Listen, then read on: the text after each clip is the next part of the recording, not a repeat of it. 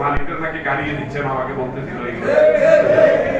নিজেরাই কষ্ট করেছে। আসলে এটা আমাদের ভালো লাগতেছে না, তারা দলের জন্য অনেক কষ্ট করেছে। বাস্তবতা সবাই সিএনজি চালক যখন অনেক ভালো ভালো নেতা গাডাগা দিয়েছে, তখন সিএনজি চালকরা কিন্তু আমাদের সাথে। আমি আর বেশি কথা বলবো না, আমি শুধু বলতে চাই মেয়র সাহেব আপনাদের এগুলো বিবেচনা করবেন। এখানে নাজিম ভাই আছেন, আপনাদের নেতারা আছেন, ওনারা উপস্থাপন করবেন। যৌক্তিক দাবিগুলা চেষ্টা করা হবে এবং উনি যদি চেষ্টা করে ডিসি ট্রাফিক বা আরো ঊর্ধ্বতন কর্মকর্তারা আছে তাদের সাথে আলাপ আলোচনা করে আমি চাই আপনাদের সমস্যার সমাধান হোক। আপনারাও ভালো থাকেন, আমরাও ভালো থাকি। এবং একটি কথা সবসময় মনে রাখবেন, ষড়যন্ত্র চলছে, ষড়যন্ত্রকারীরা এখন রাস্তায় খিলখিল করছে। দেখবেন, আপনি দেখতে পান দিনের আলোর মধ্যে রাখবেন, এদিকে এদিকে এদিকে কতক্ষণ এই ট্যাগ লাগিয়ে, কতক্ষণ এই ট্যাগ লাগিয়ে আন্দোলন, কতক্ষণ এই সাইনবোর্ড দিয়ে আন্দোলন, কতক্ষণ এই সাইনবোর্ড। কিন্তু সবাইকে আমরা চিনি, সবাইকে কিন্তু আমরা চিনি। আমি একটু একটা কথা বলছি না, স্বাধীনতা যুদ্ধের সময় কে কি করেছিল এটা যেরকম জানি আমরা সবাই চিনি, কারা কি করে আমরা সব জানি।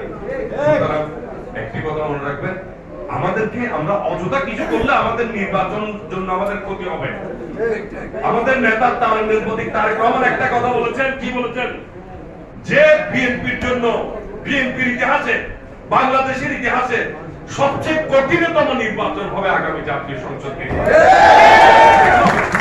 এই কারণে মনে করবেন এই আন্দোলনের মধ্য দিয়ে মানুষ, দেশের পরিবর্তন যেরকম হয়েছে, মানুষের মন মানসিকতার পরিবর্তন হয়েছে, নতুন প্রজন্মের মন মানসিকতা পরিবর্তন হয়েছে। আপনি গতানুগতিক ভাবে আগের মতো বলে কয়ে আপনি ভোট আদায় করতে পারবেন না। ভোট আদায় করার জন্য জনগণের কাছে যেতে হবে, জনগণের হৃদয় জয় করতে হবে, ভালোবাসা দিয়ে জনগণের হৃদয় জয় করে তবে আপনি ওই নির্বাচিত হতে পারবেন।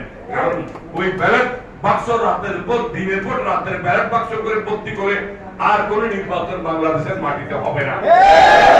নির্বাচন না হওয়ার জন্য এত রক্ত। সুতরাং সেই নির্বাচনের পরীক্ষায় আমাদেরকে জনগণের আস্থা অর্জন করার জন্য যে কোনো কিছু কাজ, যে কোনো কাজ আমাদেরকে খুব চিন্তা করে করতে হবে, যেটা জনগণ আমাদের উপর বিরাট বাধা। এটা এই বাস্তবতা আপনাদেরকে বুঝতে হবে। এটাই হচ্ছে আমার আপনাদেরকে বলা। তো আপনারা সিএনজি চালকদের প্রতি, নতুন কমিটির প্রতি আমি নাজিম ভাইকে একটা রেজিস্ট্রেশনের কথা বলেছিলাম যে আপনারা চেষ্টা চালিয়ে যাচ্ছেন এবং আপনারা সবাই ভালো থাকেন। আপনাদের সবাইকে অভিনন্দন। আর যে আপনারা দীর্ঘ সংগ্রাম লড়াই করে আজকে এখনো পর্যন্ত টিকে আছেন, সিএনজি চালক দলতে শেষ হয়ে যায় না। আমরা যখন শুরু করেছি মনে করেছিলাম যে সিএনজি চালক দল বোধহয় আমরা করতে পারবো না, বিএনপি পরে দেখছি সত্যি সত্যি আমরা সিএনজি চালক দল আমরা এখানে মন্ডল শিপন এবং ডাক্তার সাদাত সাহেব প্রথম উদ্যোগ নিয়েছিল, পরে সেই উদ্যোগে আমি সামিল হয়েছি সিএনজি চালক দলে। আমরা সম্মিলিত প্রচেষ্টায় আল্লাহর রহমতে একটা ভালো সিএনজি চালক দল হয়েছে। ধন্যবাদ সবাইকে, অনেক অনেক ধন্যবাদ। আপনারা জনগণের আস্থা অর্জন করার জন্য কাজ করেন।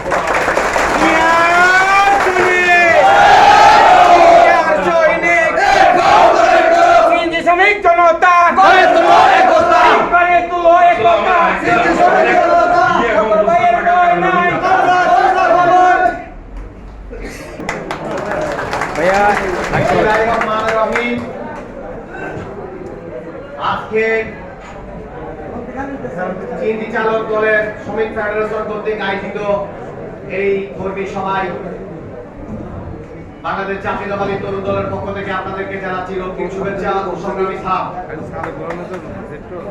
আজকে প্রধান অতিথি বীর চট্টলার জনতার মেয়র ডাক্তার সাদাত হোসেন ভাই অল্প কিছুক্ষণের মধ্যে আমাদের মাঝে আসি পৌঁছাবেন এবং বিশেষ অতিথি বিভাগীয় শ্রমিক দলের সংগ্রামী সভাপতি এম এ নাজিরউদ্দিন ভাই, মুক্তিযোদ্ধা আবুল হোসেন ভাই সভাপতি অভিরিস্কা হাতা শ্রমিক ফেডারেশন এবং একটু আগে বক্তৃতা নিয়ে চলে গেছেন বিশেষ অতিথি আবুল হোসেন বক্কর ভাই এবং শেখ নুরুল্লাহ সভাপতি কাজী সিরাজ ভাই এবং আজকের সভার সভাপতিত্ব করছেন মোহাম্মদ মধু সরকার ভাই, সংগ্রামী সভাপতি মহানগর অটো হালকা শ্রমিক পরিবহন ফেডারেশন, এবং সার্বিক তত্ত্বাবধানে আছেন মোহাম্মদ শিকর ভাই, সাধারণ সম্পাদক, এবং সঞ্চালন আছেন মোহাম্মদ জহির ভাই, এবং আমার সামনে উপবিষ্ট আজকের পরিশ্রমী এবং সারা বছর দরিদ্র সীমা নিয়ে আপনারা যে মেহনতি শ্রমিক চালক ভাইয়েরা, উনাদের কি সমস্যা, উনাদের কি অপরাধ, উনাদের অপরাধ কি, উনারা বাংলাদেশ জাতীয়তাবাদী শ্রমিক দলের চালক দলের সাথে সম্পৃক্ত থেকে সকল সংগ্রামে শুরু থেকে এই পর্যন্ত 17টা বছর উনারা কিন্তু নির্যাতিত, এবং উনাদের নির্যাতিত যা বললে নয়।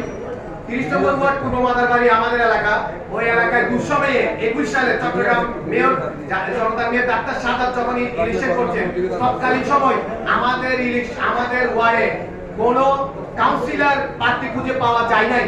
তৎকালীন সময় আমার মরহুম পিতা বাংলাদেশ জাতীয়তাবাদী দলের সদরঘাট থানার প্রতিষ্ঠাতা সাধারণ সম্পাদক মরহুম হাবিবুর রহমান তৎকালীন ওই এলাকায় কাউন্সিলর ইলেকশন করেন।